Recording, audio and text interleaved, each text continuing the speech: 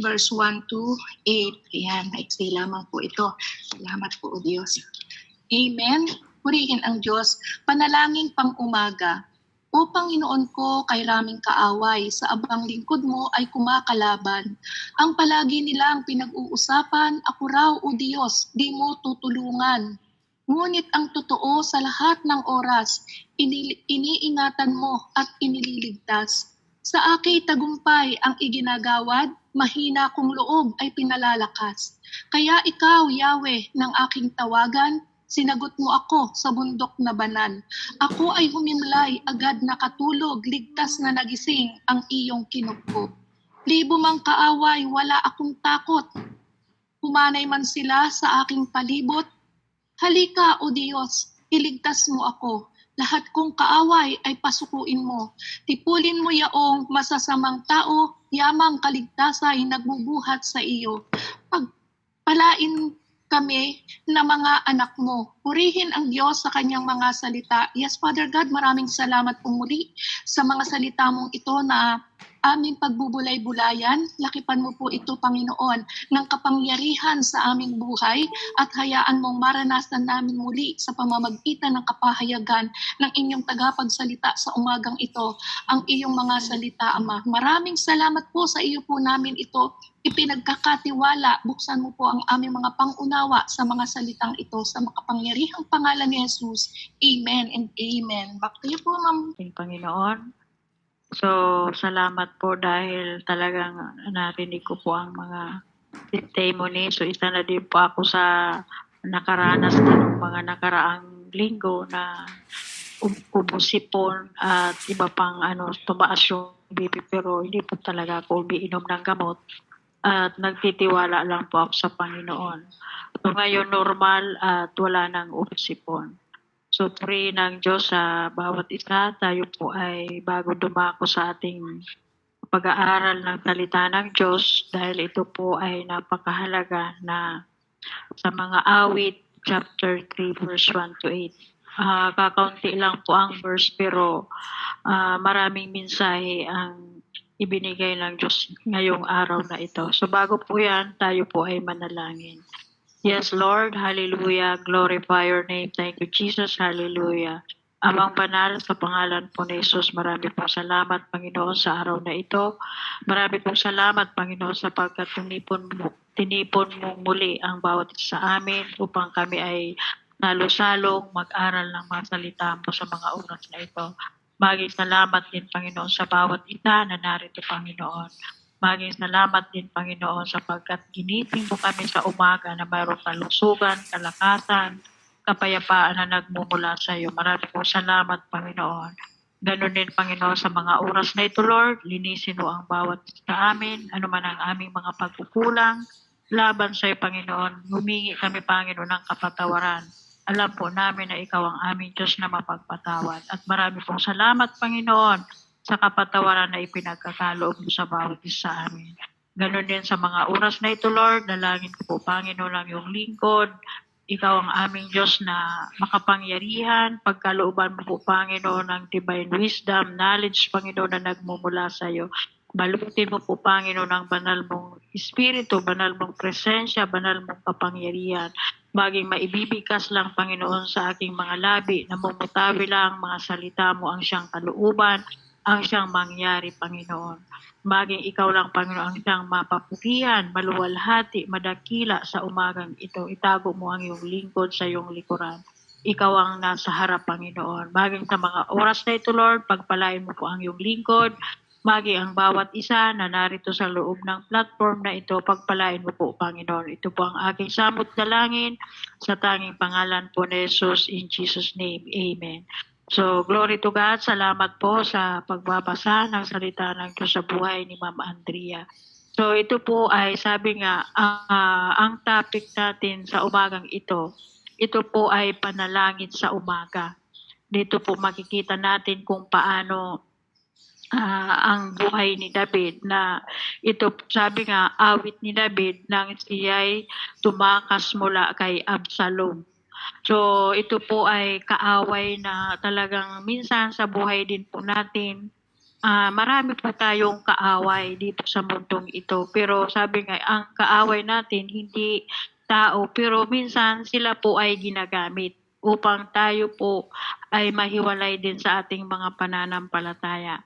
So narinig ko nga kanina yung testimony ni Ma'am Ninya. So isa din po yan na sabi nga ipaubaya natin sa Panginoon at huwag na lang natin papansinin dahil marami talagang mga tao na tayo kung means na tayo ay bigyan ng kalakasan o binibigyan pa tayo na para tayo manghina. Pero sabi nga, tayo ay pupukus lang kundi sa ating Panginoon. Dahil marami talaga tayong kaaway. Kaaway natin dito, ginagamit si Satanas. Pero hindi siya magtatagumpay dahil napagtagumpayan na po yan ng ating Panginoon. So makikita natin sa buhay dito ni David, ito po ay si Absalom, ito po ay isang iniiwasan ni David. Iniiwasan ni David si Absalom. Dahil si Absalom, kung ang buhay niya talaga, siya po ay nag-iimagsik o kaya minsan may kastigaan. Di ba po sa mga bawat tao, mayroon din po na mga taong akala natin ay sabi nga sila ay mapagmataas. Di ba po marami tayong makikita. May mga ginagamit din na talagang akala natin sila na yung pinakasikat, di ba po? Makikita natin ang buhay ni Absalom. So, yun po ang iniwasan ni David dahil yan po ang isang panalangin niya sa umaga. Sa buhay din po natin, pagkagising natin sa umaga, siyempre lagi din tayong nananalangin. Sabi nga, unang pag-aaralan po natin, sabi dito, ang dami kong kaaway. Mo po ang sabi dito ni David, ang dami kong kalaban. Di ba po, sabi po dito sa verse 1 pa lang, O Yahweh, napakarami pong kaaway na nasa akin ay kumakalaban. Yun po ang bakit nasabi po dito na ang dami kong kalaban. Marami po talaga tayong kalaban sa mundong ito abang tayo po ay nabubuhay. Para sabi nga, para tayo hindi manghina, ay focus lang tayo sa ating Panginoon. Dahil wala pong, sabi nga, wala pong nakakadaig sa ating mga pananampalataya pag tayo po ay pumupokus lang sa ating presensya ng ating Panginoon. Dahil ito pong sabi nga, ang mga awit na ito ay isang sabi nga, panaghoy. Kaya po ang awit, ito po yung wala po tayong makikita ditong utor, uncertain yung utor dito. Ibig sabihin, pangkalahatan ito yung ang awit. Kaya ito sabi nga, panaghoy sa Diyos, halos isang sabi nga, katlo ng mga awit. Ay ito po ay sabi nga na ibibilang sa kategoryang ito. Ito po yung sabi nga ang mga awit isang pangunahing struktura na ang salmo na yung sabi nga na panaghoy na ito po ay binubuo ng isang taimtim na pagtawag sa Diyos.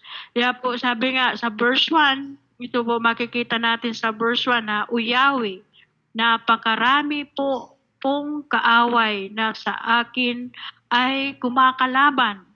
Ito po ay sabi nga sa verse 1, ito po ay isang paglalarawan ng mga mananampalataya na mayroon tayong sabi nga mga problema, pagdurusa o kawalan ng katarungan.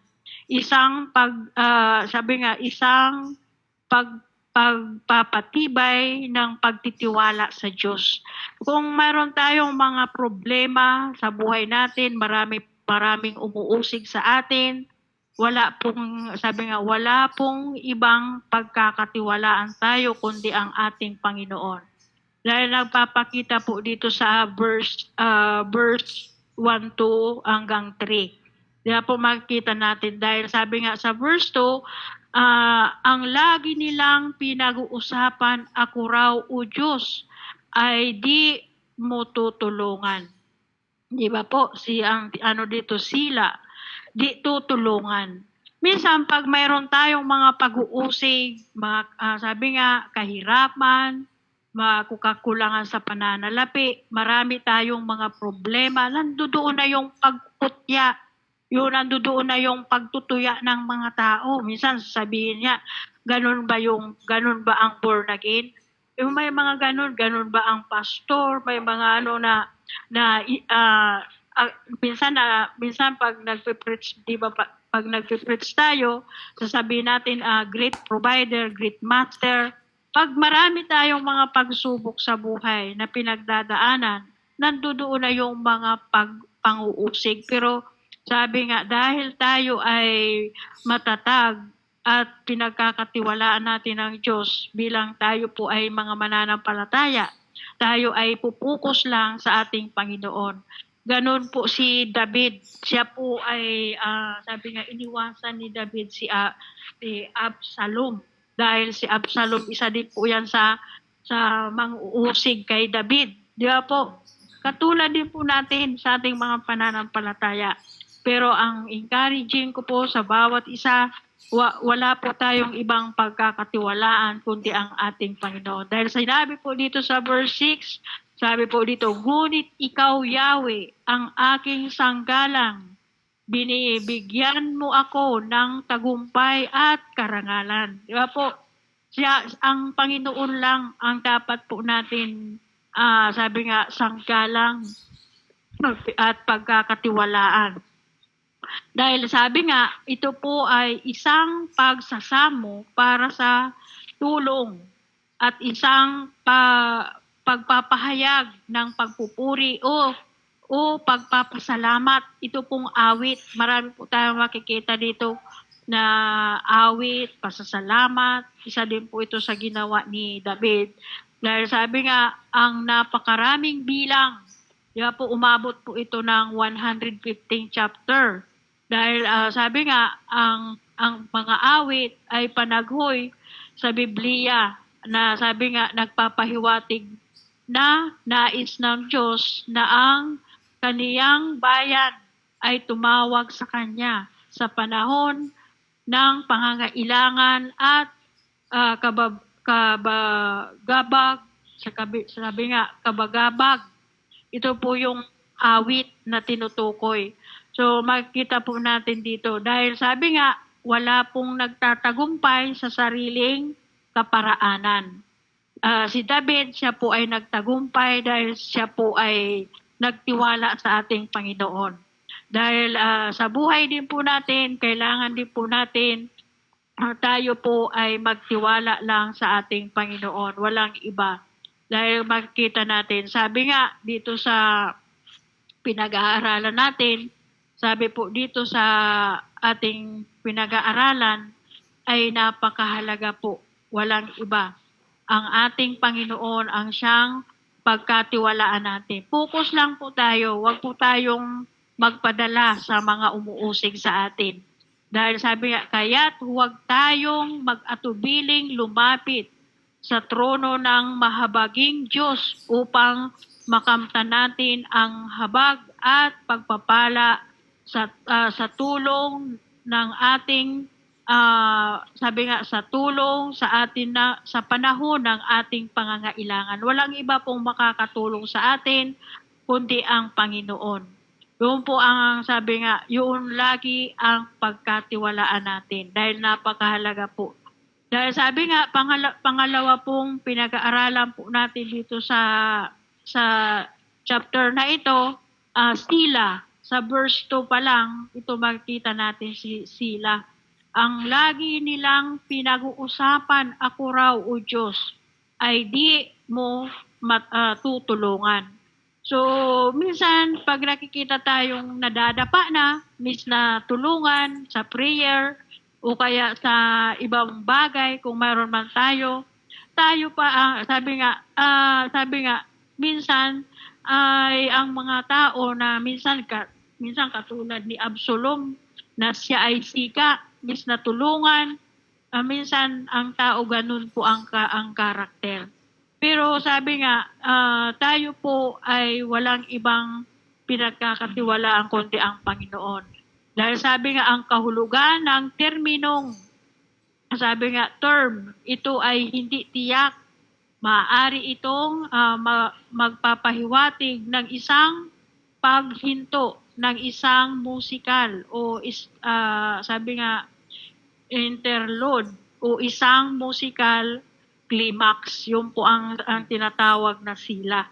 So, makita natin, kaya nga sabi nga, ito po ay minsan ang buhay natin, kung mayroon tayong mga sabi nga, mga boses o magaling tayo umawit o magpagamit sa ating Panginoon, ipagamit po natin yan. Dahil walang ibang tutulong sa atin, walang iba kundi ang Panginoon. Ano mang mayroon tayo ngayon, ay nagmumula po yan sa Panginoon. Walang iba. Buhay natin, sabi nga, hiram natin sa ating Panginoon. Wala po tayong pagmamay-ari. Kaya, ang kailangan lang po natin ay talagang, sabi nga, tayo po ay laging magtiwala lang sa ating Panginoon. So, sabi po dito sa pangatlo, ikaw ay isang kalasag. Ikaw ang magkaloob ng kaluwalhatian. So, ano ang sinabi po dito sa verse 3? Ngunit ikaw, Yahweh, ang aking sanggalang. Binibigyan mo ako ng tagumpay at karangalan. Kaya po, yun po ang bakit sinabi po sa pinag-aaralan natin na pangatlo, ikaw ay isang kalasag. Ikaw ay ang magkakaloob ng kaluwalhatian. Walang iba kundi ang Panginoon. Dahil nung ito po, sabi nga, ang mga mananampalataya na namumuhay ayon sa Diyos ay masusumpungan lamang ang kanilang sarili na haharap sa paghihirap at pagsalungat. Kaya pagsalungat po tayo, sabi nga pagsalungat tayo, sumunod sa kalooban ng Diyos, aywan ko lang kung makakatanggap tayo. Minsan, bakit pinapaalala sa atin, minsan nagkakaroon tayo ng sakit, minsan nagkakaroon tayo ng kakulangan sa pananalapi, anumang mga problema ang dumarating sa atin, minsan, kasi nga po, isa din po yan sa pinapaalala sa atin kung ano yung mga pagkukulang natin sa ating Panginoon. O baka naman, nagpipray tayo, ipananalangin natin, nagda-doubt po tayo minsan. Hindi tayo naniniwala sa ating prayer na mangyayari kaya yung ipinapanalangin ko. Kaya nga, sabi nga, napakahalaga po ang isang panalangin, kailangan specific. Katulad nung na minsan kanina may pinagchiran po akong dalawang matanda na minsan matagal na siyang nagpapagamot. Sabi ko, nagdidepende ka kasi sabi ko sa gamot o kaya Sabi ko, ang buhay ng isang tao, ang nakakaalam lang kahit, sabi ko, babad ka sa gamot kung kukunin ka na ni Lord, walang magagawa ang gamot. Kaya sabi ko, ako mula noon hanggang ngayon, sabi ko sa kanila, hindi po talaga ako ng mga gamot na synthetic. Yung mga dahon-dahon lang. So, sabi ko nga, pag mag-maintain ako ng gamot, halimbawa yung nagano ako sa mataas ang BP, maabang buhay ka nang iinom. Sabi ko, hindi na lang po ako iinom. Sabi ko sa anak ko, ang Diyos sabi ko, ang Diyos ang tunay na the best doctor. So, yun po ang inaano ko. Kanina yun ang po ang sineran ko. Ganun po tayo. Minsan may mga tao kasing hindi makasunod sa kalooban ng Diyos. O kaya sabi nga, sumasalungat. Kaya po, minsan, yung mga dito sa Bible, maraming mga hindi dapat gawin, ginagawa din natin minsan. Kaya nga sabi nga, maraming tumatawag sa Diyos ng may pagtitiwala na sabi nga na kikilos siya para sa kanila ayon sa kanyang banal na layunin. Kaya po, yun po ang kinakailangan natin pag tayo po ay nananalangin, tumatawag sa Diyos, magtiwala po tayo. Kayang gawin ng Diyos ang lahat ng bagay na yan. Kaya po, katulad ni David, siya po ay iniwasan niya si Absalom. Sabi nga dyan sa, wag na natin basahin, sa 2 Samuel 15 hanggang 12 to 30, na talagang nakikita natin na sabi nga, si David ay umiyak na umaakyat sa bundok ng mga oliba. Wala siya sa sandalyas, sabi dito na, sabi nga, na nakatalukbong, tanda ng kalungkutan. Lahat ng kasama niya ay nakatalukbong na at umiiyak ding umakyat. Kaya po, dahil sa kagagawan po ni Absalom, no, inuusig. Dahil si Absalom, ang katangian niya ay siya po ay siga. Kaya po maraming mga taong ganun. Pero dahil sa pagtitiwala sa Diyos, ay ang kanyang kalaban hindi sa kanya sabi nga hindi po na naging matagumpay. Nagtagumpay pa rin si David. Dahil sabi nga, ang kalasag ay tumutukoy sa proteksyon ng Diyos. Kaya po, proteksyon araw-araw, sabi nga nandoon yung proteksyon ng Panginoon sa bawat isa sa atin. Hindi tayo pinapabayaan ng Panginoon. Dahil ang Diyos ay napakahabag. Napakahabag. Kaya magtiwala lang po tayo sa ating Panginoon. Dahil sabi nga dito sa atin, pagkaraan ng lahat ng ito, sabi nga dito sa Genesis 15 verse 1, pagkaraan ng lahat ng ito, si Abraham ay nagkaroon ng isang pangitain. Sinabi sa kanya ni Yahweh, Abram, huwag kang matakot, ako ang iyong kalasag na mag-iingat sa iyo. Bibigyan kita ng napakalaking gantimpala. Diba po, kaya sabi nga, ang protection, ang meaning ng kalasag ay isa po ito sa protection ng bawat isa sa atin. Minsan mayroon tayong mga nasubukan na ninyo pag mayroon kayong mga panaginip na bago mangyari, pinapadaan sa panaginip ninyo. Para, sabi nga, para maipanalangin. Kunwari, may darating na mga pagsubok. Pinapakita na yan sa panaginip o sa pangitain. Yan ang tinatawag na vision. Minsan, pag masama ang iyong panaginip, kailangan ng ipanalangin. Ibig sabihin, dahil sa pagtitiwala at ikaw ay nananalangin, hindi na po yan mangyayari. Diba, may mga ganon. Halimbawa, naginip ka, na hirap ka, umaakyat ka sa bundok, ipag-pray mo, kapatid yan.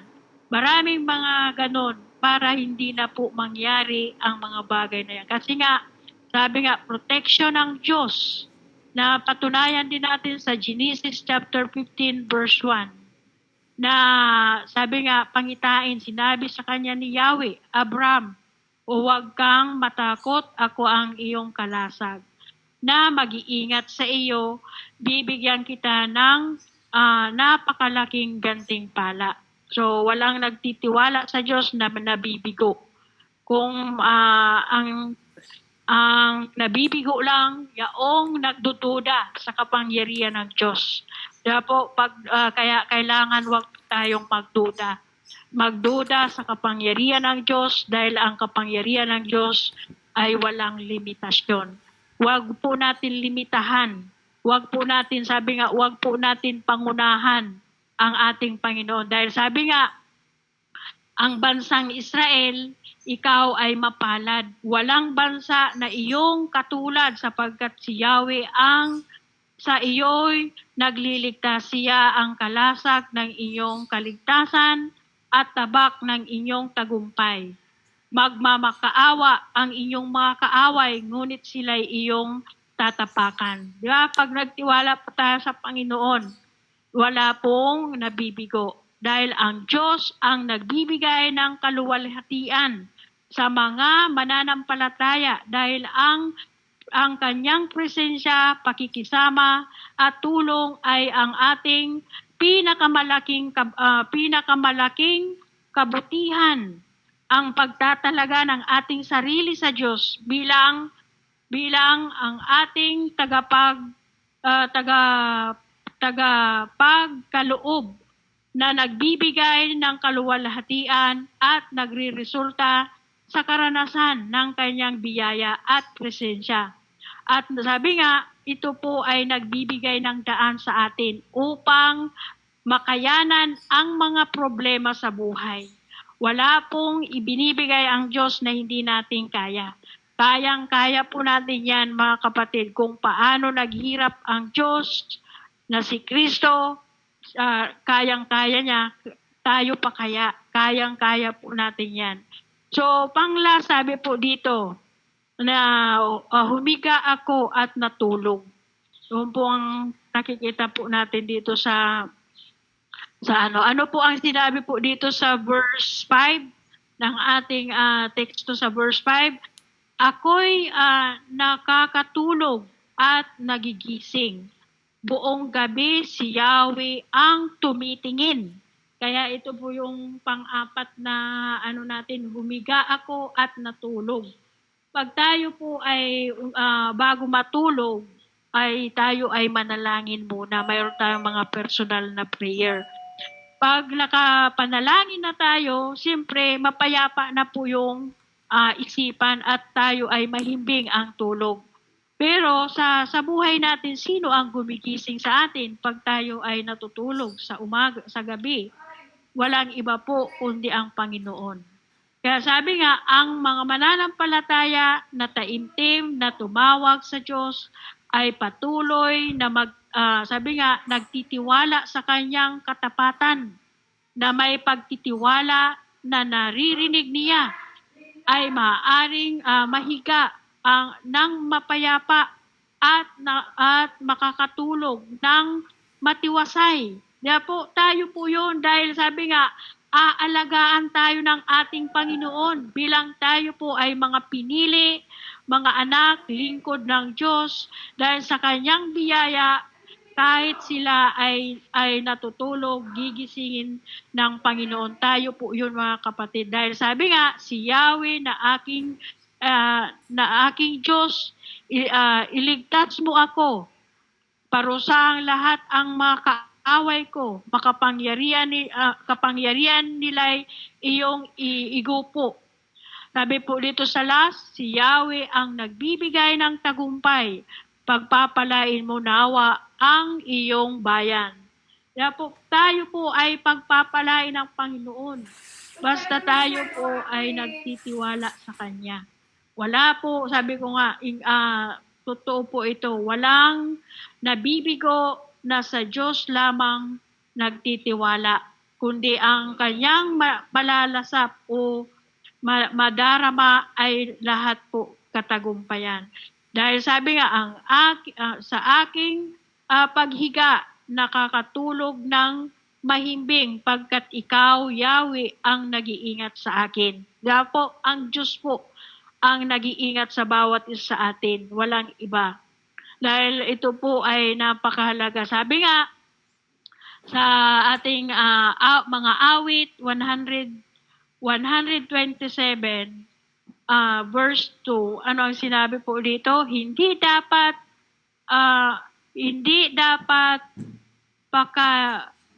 pakahirap magpagal sa hanap buhay. Maaga pa kung bumangon gabing-gabi, kung humilay, pagkat pinagpapahinga ni Yahweh ang kanyang mahal. Di ba po? Mahal po tayo ng ating Panginoon. Kaya hindi po tayo pababayaan ng Diyos. Yun po ang encouraging ko po sa bawat isa. Lagi lang po tayong magtiwala sa ating Panginoon. Dahil napakahalaga po na tayo po ay magtiwala sa Kanya. Wala pong nagtitiwala na na hindi po mapayapa ang isip at hindi sabi nga hindi mahimbing ang tulog kung sabi nga kahit marami tayong mga pinagdadaanan, sabi nga iba-iba man yung mga sitwasyon, pero ang Diyos pa rin ang siyang nagbibigay ng mapayapa sa ating mga puso at isipan. Dahil sabi nga sa lahat ng iyong lakad, sabi dito sa Proverbs 3:24, sa lahat ng iyong lakad wala kang alalahanin at lahat ng pagtulog mo ay masarap at mahimbing. Di ba po? Kaya magtiwala lang po tayo sa ating Panginoon. Uri ng salitang ito, tayo po ay pagpalain, tayo po ay manalangin. Yes, Lord, hallelujah, glorify your name, thank you, Jesus, hallelujah. Amang banal, sa pangalan po ni Jesus, marami pong salamat sa mga salita mong ito. Marami pong salamat, Panginoon, sapagkat, Lord, tinuturuan mo po kami kung paano kami magtiwala ng lubos sa iyo, Panginoon, na walang alalahanin o walang pangamba, walang pagdududa, Panginoon. Ikaw ang aming Diyos na napakabuti, ikaw ang aming Diyos na tapat, ikaw ang aming Diyos na hindi nagbabago noon, ngayon at magpakailanman. Marami pong salamat, Panginoon, sa mga salita mong ito. Kung paano ni David napagtagumpayan ang panguhusig sa kanya ni Absalom. Ganon din, Panginoon, ang bawat isa sa amin, mapagtagumpayan namin ang sino mang nanguusig sa kapalibutan sa mundong ito, sa bawat mga lugar-lugar ng bawat isa sa amin, Panginoon. Hindi sila magtatagumpay sapagkat, Lord, ikaw ang aming Diyos na makapangyarihan, ikaw ang aming Diyos na tanging kasama namin, ikaw ang aming Diyos na tagapagtanggol ng bawat isa sa amin. Lord, sa lamang namin pinagkakatiwala ang aming mga sarili, Panginoon. Anumang mayroon kami, mga problema, iba-iba man yung mga sitwasyon namin, anumang mayroong mga karamdaman, Panginoon, ikaw ang aming Diyos na the best doctor, ang mga salita mo, ang aming mga gamot, Panginoon, o energy. Kaya lubos namin pinagkakatiwala, Panginoon, ang aming mga sarili, Panginoon.